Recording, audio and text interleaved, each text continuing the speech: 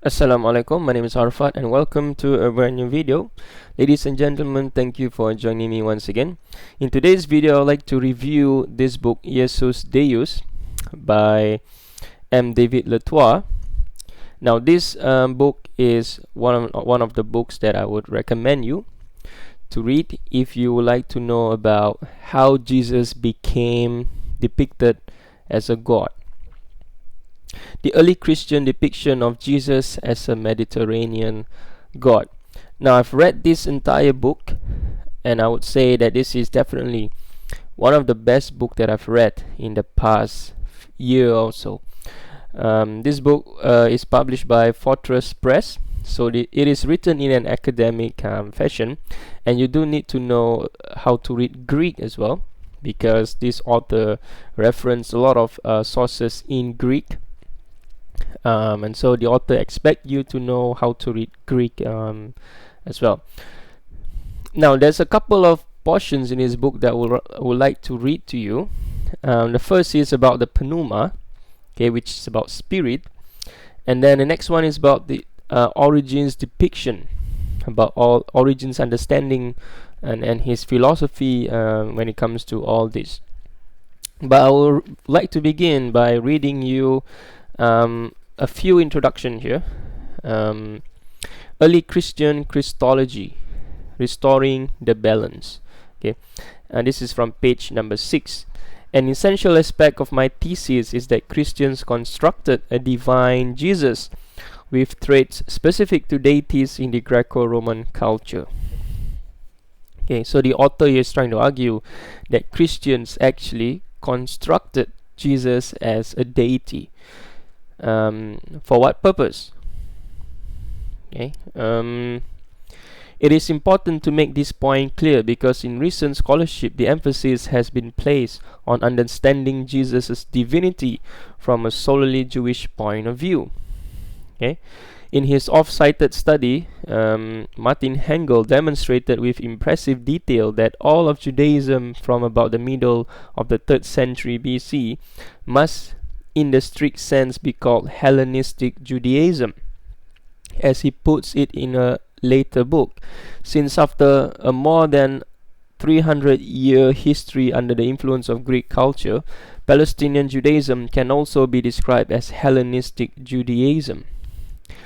The term Hellenistic, as currently used, no longer serves to make any meaningful differentiation in terms of the history of religions within the history of earliest Christianity. Naturally, Hengel pointed out Jewish distinctives in the early imperial period, for example, a focus upon the Torah and apocalyptic fervor.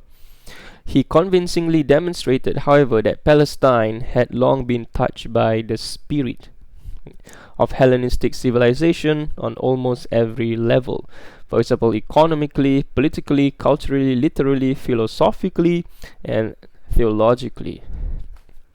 Just to give you a brief explanation here, basically a lot of books have been written whereby you should see Jesus from a Jewish background, because for example like the writings of Giza Vermesh, for example, whereby Jesus is depicted as this Jew, so on and so forth. Whereas if you started reading literature, the Greco-Roman literature, you start to realize that you'll have Philo of Alexandria, who was writing about the early 1st century also of the Common Era.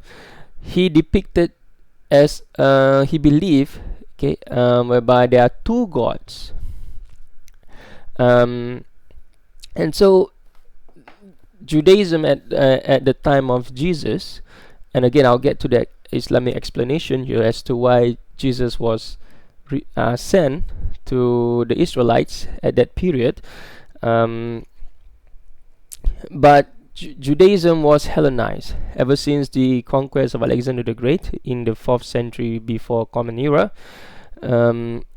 Jews started being Hellenized, and they started adopting Greek culture, and they started adopting Greek literature, and they were influenced by Greek mythology and so on and so forth. And unfortunately, they have been influenced by this paganistic worldview as well. And so we should not only say that Christianity or Christians of the towards the period of Council of Nicaea, for example, they have also been Hellenized, but we should say that Hellenism kick-started ever since the conquest of Alexander the Great, and later on church fathers and patristic writers, they somehow continued Jewish Hellenism in a different form, and that is in the form of Christianity. And so the Jews at the time of Jesus in the diaspora, they would not have any problem in accepting that Jesus is a form of deity.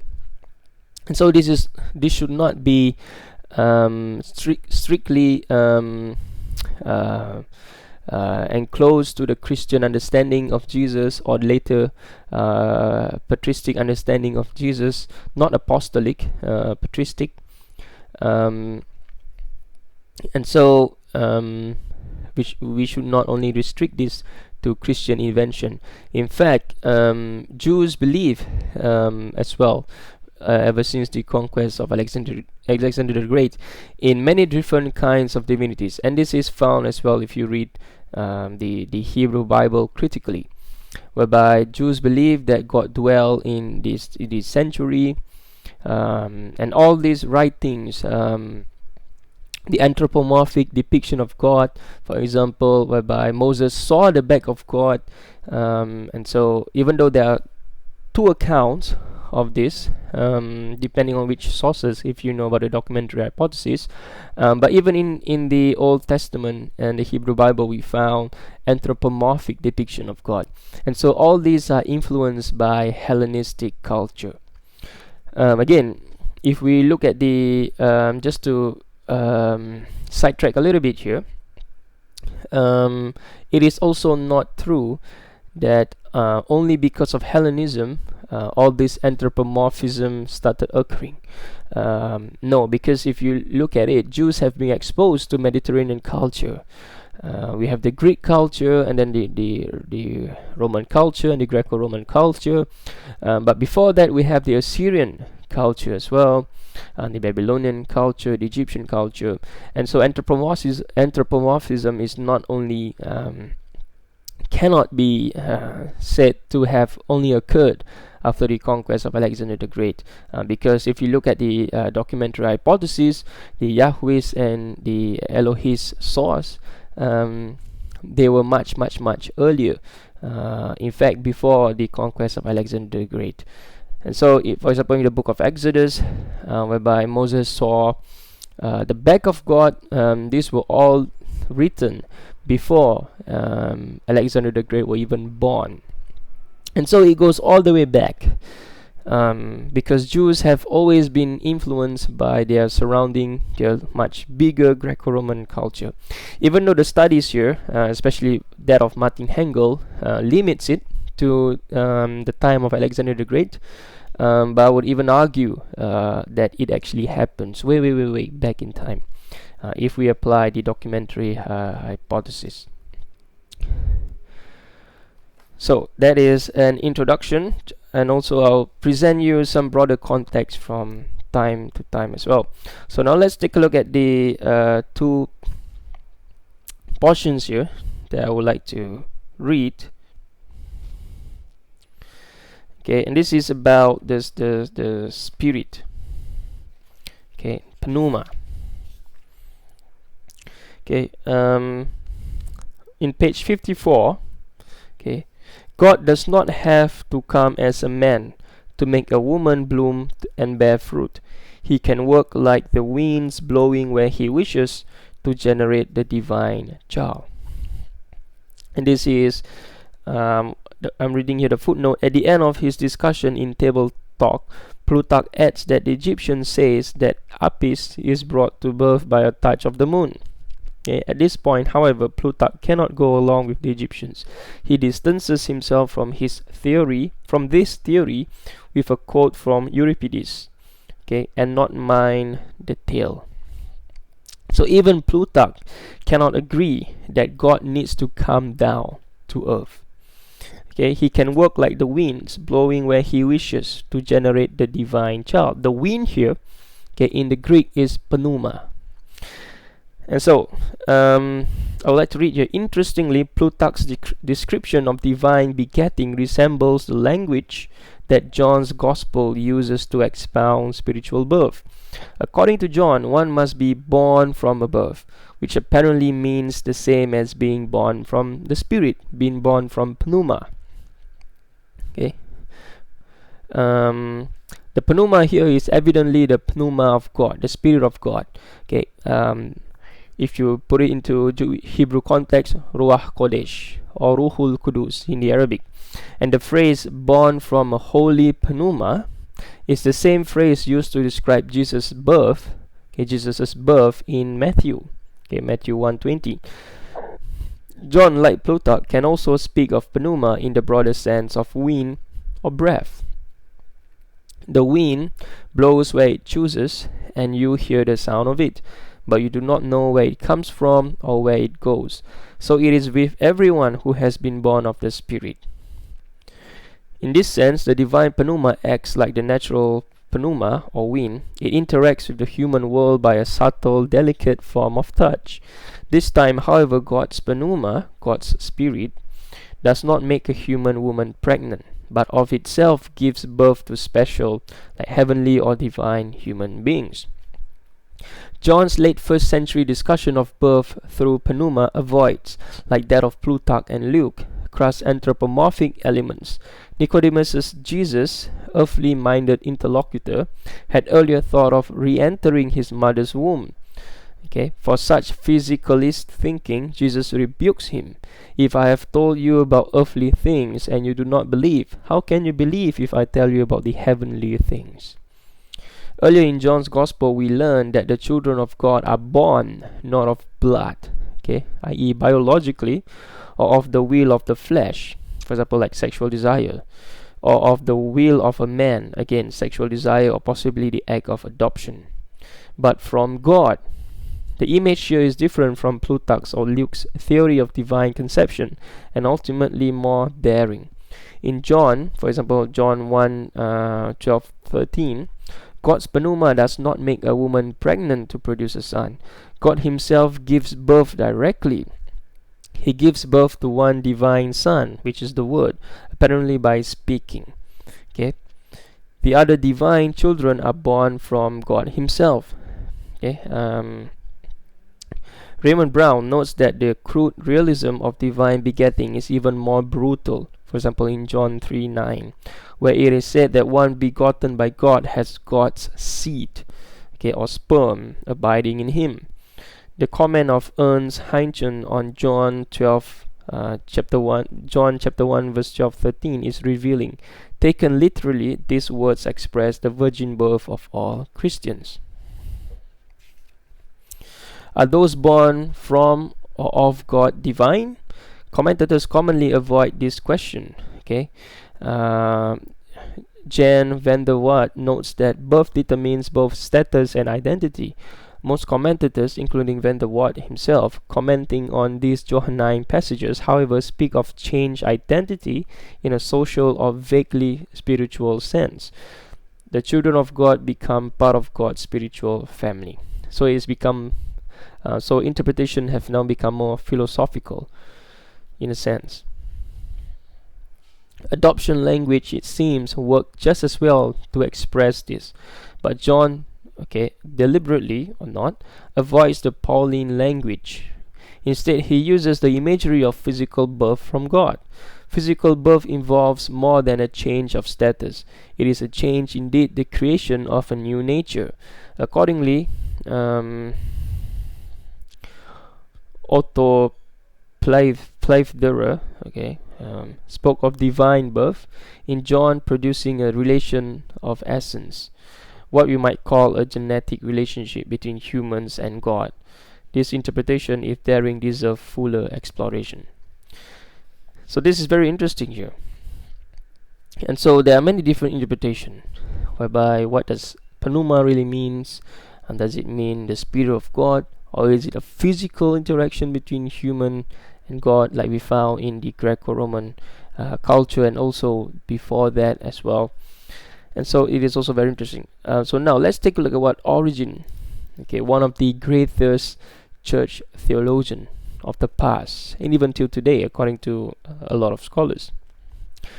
Okay, Origen's okay,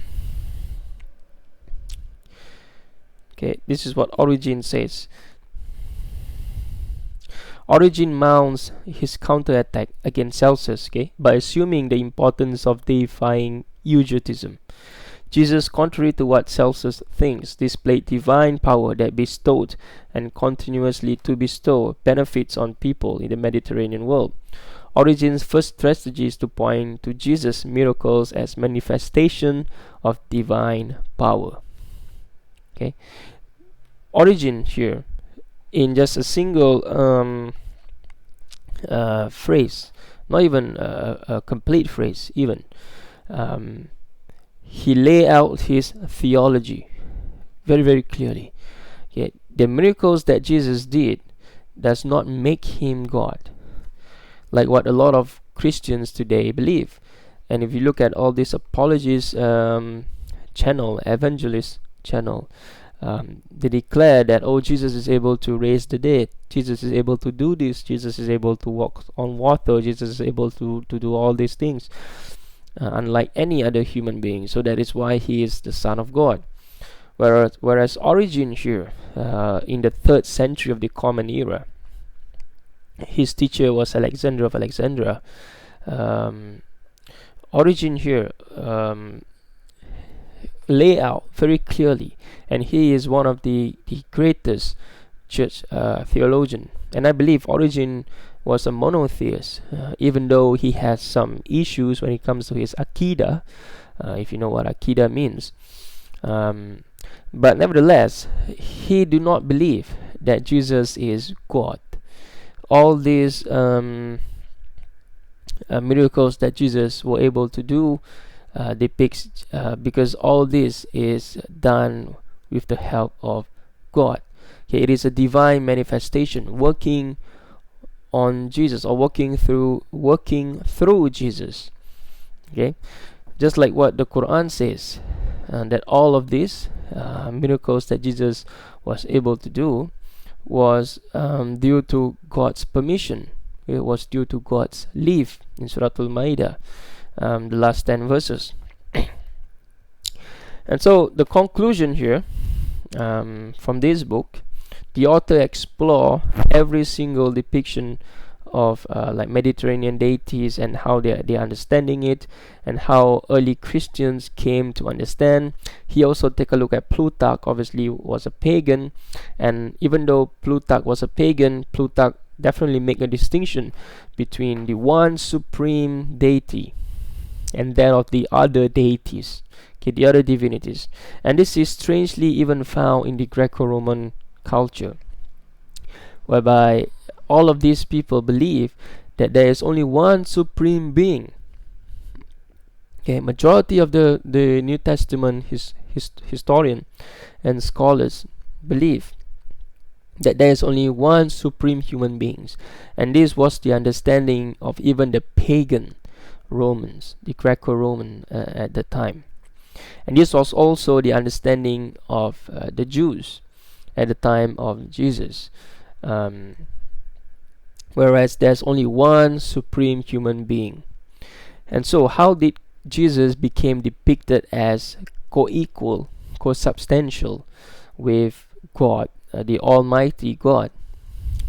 And so this cannot be found within the 1st century and the 2nd century of the Common Era, because Origen is actually in the mid 3rd century. He died 252 of the Common Era, and even still he do not believe that Jesus is the one supreme being. Rather, all these miracles are God's manifestation. If Origen believed that Jesus is God, then he would not have said that all these are part of God's manifestation. He would have certainly said that all this is God's work. All this is Jesus, who is God. Okay, and that's why he is able to do all these miracles. So what Christians today have done, the Trinitarian Christians, They have superimposed all these readings, for example, John 1:1, the Philippians hymn from Paul, and also 1 John, the phrase about the Trinity, and also Matthew's baptism, baptize you with the Spirit, so on and so forth. The famous phrase, the quote-unquote Trinity phrase, even though scholars reject this as depicting the Trinity. There's no mention of any Trinity in the entire biblical corpus. Rather, there's a lot of mentions of monotheistic tendencies that Jesus portrays in the 4 Gospels. And most, if you want to relent and give in, the Bible at least propose a Binitarian Christology, and it has nothing to do with Trinitarian Christology or Trinitarianism. A lot of books have been written that have explored the early Greco-Roman concept of God, and all of them that I've read so far concludes that the Trinitarian doctrine was a later invention, and has been proven, as we know, the Trinitarian controversy that RPC Hansen has so successfully demonstrated was a much later doing by all these other church fathers. And so this book, definitely I would recommend you. The Trinitarian outcry is far removed from the 1st and 2nd century, and even I would say the mid-3rd century, or I would dare even push it further to the 4th century, even at least the early 4th century. As we know from the Arian controversy, so on and so forth. Then we have we have Cyrus, not Cyrus, we have I forgot his name, the church theologian, the Cappadocian fathers, and then later on we have Cyril of Alexandria against Nestorius, so on and so forth. But that is a much later. That is about the early divisions between East and West. So anyway, I conclude here that M. David Latour has successfully shown in his book and demonstrated, using the Greco-Roman understanding of their depiction of their Mediterranean gods and deity, Christians actually decided that they want to show their superiority when it comes to, as far as paganism is concerned. They want to show that they are much superior than all these Hellenistic pagans out there. But unfortunately, because most of them were Gentiles, because the Gentiles took over from the early Jews, from the Bani Israel, they took over them, and they have brought along with them their understanding of gods and all these household divinities. And so Jesus is portrayed as a lower form of divinity. But to say that Jesus is part of the Trinity is a far outcry. No doubt the early Christians depicted Jesus as God, but in what sense is he God? Okay, the sense is that he is lower form of divinities. Okay, no doubt he is like one of the major divine entity of that time, but he is far removed from being the supreme almighty God. There's only one God, and this is the understanding of the Romans as well and the Jews as well, but they allow something that Islam doesn't allow, and that is they allow lower forms of divinities like the daimones, like the angels. All these were depicted as divine entities, but they're not the one supreme God. They have nothing to do with the one supreme God. And so, which is why the Quran came and say that there is only one God. Okay, and there is no other God besides Allah subhanahu wa ta'ala. And so these completely clear the air and rebukes all these Mediterranean depictions and understanding which had unfortunately crept and continue to be creeping into the religion of Christianity today, with all these new ideologies, so on and so forth. And also this is due to philosophy, whereby which is why we have ulama of the earlier times, the classical period ulama, the late medieval period ulama as well, writing vehemently against philosophy. For example, like Imam al-Ghazali, for example. And so because all this Mu'tazilite interpretation of the Quran actually brings back the Greco-Roman concept and understanding of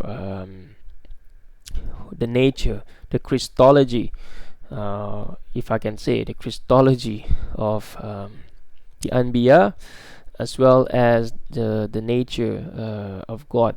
And also it affects Akida in any way, shape or form, because it is all linked together. And also one's understanding of the Quran as a whole. So ladies and gentlemen, I've reviewed this book before, I believe, but I thought I'd do a part 2 and explain to you further something that I failed to explain in my previous review of it. So anyway, I hope this video has been helpful to you. My name is Harfat, and I'll see you on my next one. Assalamualaikum warahmatullahi wabarakatuh.